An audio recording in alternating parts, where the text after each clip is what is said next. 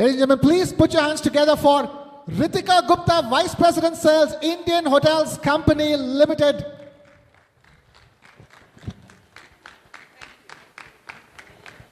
Thank you so much. I think the mic's right behind you. Yeah. Thank you. You have a mic right behind you. Clearly, I had a mic left for me, I didn't realize. Okay, Ritika, first of all, great to have you with us over here Thank you. to, begin proceedings in all earnesty on day 2 of World Travel and Tourism Festival. Ladies and gentlemen, as we all know, it goes on for another day tomorrow as well. Last night was the Papon concert, and we have the awards night tonight as well. So make sure, you catch that and you're here for that to see. And then, of course, we hope to see you back here on Sunday. But Ritika, destination weddings. I mean, when it comes to the travel and tourism industry, you can't underestimate the power and the contribution of destination weddings as means and end for a travel. Talk to us. You belong to a legacy in luxury, and something that has been defining luxury for generations now. What is it like, being part of that legacy and catering to today's consumer? Thank you so much. I think, like you rightfully said, I think we are very blessed to have actually a very unparalleled legacy. We're almost 120 years plus now. And, from our first hotel, the Taj Mahal Palace, that opened up in 1903, to our youngest hotel that just is scheduled to open next week, I think we are creating memories of a lifetime for young couples, their families. When I say young, it's just young at heart. It's not about the age. It's not about the age. And creating memories of a lifetime for them, because, weddings are very special.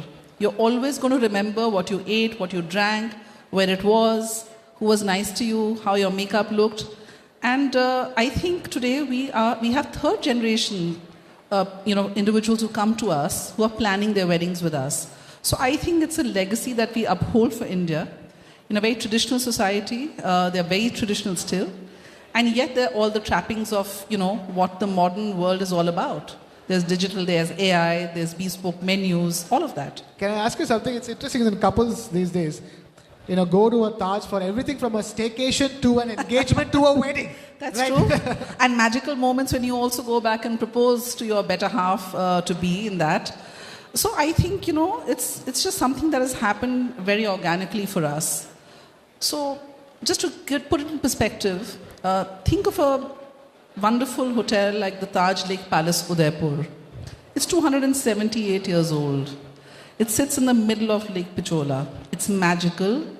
And there are many couples who have come there to just go back and initiate their life together. At one hand. On the other hand, you also have the wonderful beaches in Goa. And when I think about the couples who have solemnized their prayers in Goa, which is meant to be like, it is of course a very relaxed destination. But you take a look at Taj Exotica, or you take a look at the Fort Aguada or the Taj Holiday Village. There is a huge equity that I think our properties have. And that comes because of experience and of creating the memories for the clients. So I think it's a joint legacy. People, you want to be with us, you want to spend the time to build that connection with us, and I think it's both ways. I don't know if that answers. No, it does. Of course, it's both ways. That's the beauty of it all. Taj has been loving catering to the Indian consumer. In fact, or for that matter, Indian consumer anywhere in the world. Yes. And at the same time hosting all sorts of hosts from across the world as well. And it's been a preferred choice from their end as well. I was telling you this before we got on stage. I grew up in Chennai. The Taj Connemara in Chennai was iconic. Was a synonym for luxury growing up. So what you said totally answers what I was asking. The other thing I wanted to ask you is that, so since you're talking about the third generation and stuff, somewhere the numbers say that India spends over $100 billion a year. Yes. 130 plus billion dollars a year. We were discussing that. We were discussing that, in weddings. And that is 1/6 of the global wedding market. It is. So A now- huge chunk of that in India goes to yours. Yes. So tell us in terms of what is changing really in as far as weddings and destination weddings are concerned. So, I think at the heart of every wedding, what a bride and a groom want remains the same.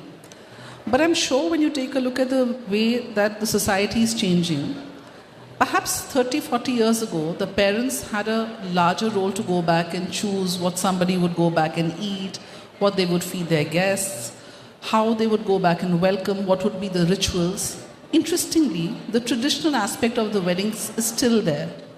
But I think what is changing is that today, younger Indians are traveling the world. They are traveling India, so they are discovering what they would like for themselves. And they're very aware. So from the fact that some of them are very keen to make sure that every wedding that they do and everything for the wedding is very bespoke, but is also very mindful of the planet that we live in. So what are some of the green things that we are doing for that? Right from the way the menu is, they don't want very wasteful, kind of probably show and setup. To probably the other kind who want to go back and have very extravagant weddings, but with a lot of soul. And I think that is something that makes it very special for the families today.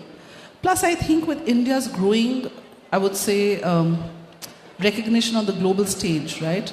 The Indian diaspora, which is across the world and across the globe, is also coming back to India a lot more than it did to make sure that they are celebrating and are being together with families. So I think that is some of the things that we are seeing. From not everything is a big fat Indian wedding. Some people also like very intimate nuptials where they only want their very close family and friends. But they want to make sure that they go through all the rituals in a very considered manner. So they spend that time, I think, at some of our hotels to make sure that they leave the overall, arrangements to everybody else, and they can focus on what is really meaningful for them, which is the interactions with each other during that time. Lovely, great to hear that the decision making is changing. So who you're marketing to is also changing because of that, I'm guessing. So, the younger brides and the groom and their family, I think it's a family affair. It's not only one or two. But of course, I think there's always a tussle between the bride and the parents on how they would like to go back and see. And, from the color palette to the food or what they want to the gifts they'd like to give, how they would like to welcome their guests. But there's a power shift. There is a power. There is a power shift. I think, parents were always very accommodating of the children. And I think they are probably a little bit more indulgent now than they were in the past. All right, interesting to know that has ramifications in other things in the world as well. The other thing I want to ask is that, from what I understand, from what I hear, you are also coming up with a gateway brand. Yes. Can you tell us a bit about that? Actually, it's a young brand that has been launched earlier this year.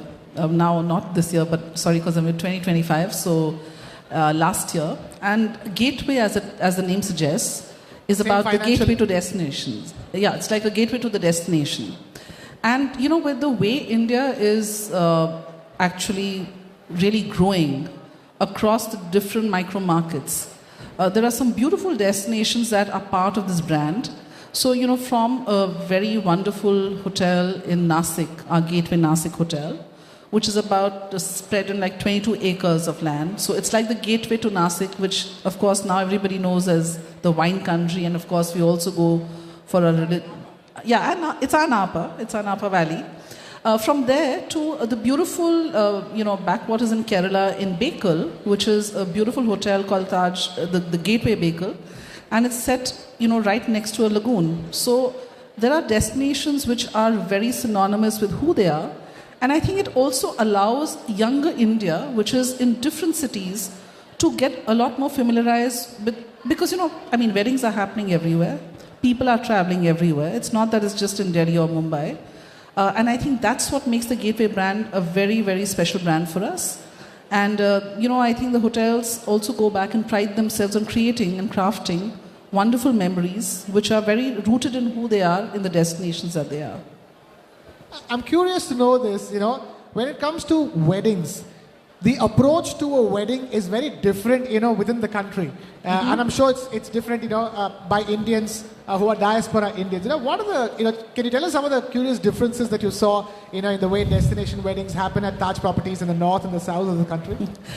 Yes, we discussed this also. I think what is happening is there's, of course, a lot of culture that moves and a lot of traditions that move between the various parts of the country.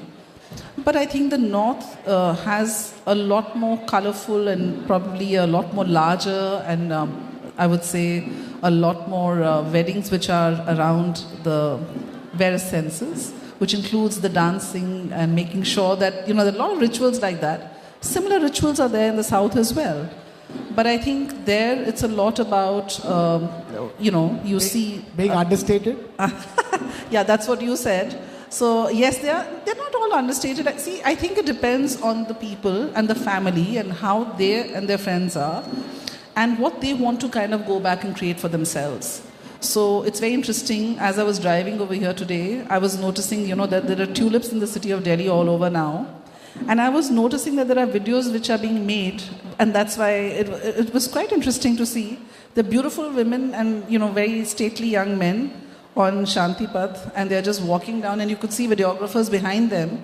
So the thing is that for India today, there are dreams and memories being created everywhere. So I wouldn't want to call it a north and a south at all, but I think there are culture and traditions in both sides which are very interesting. And I think as India which market is more booming?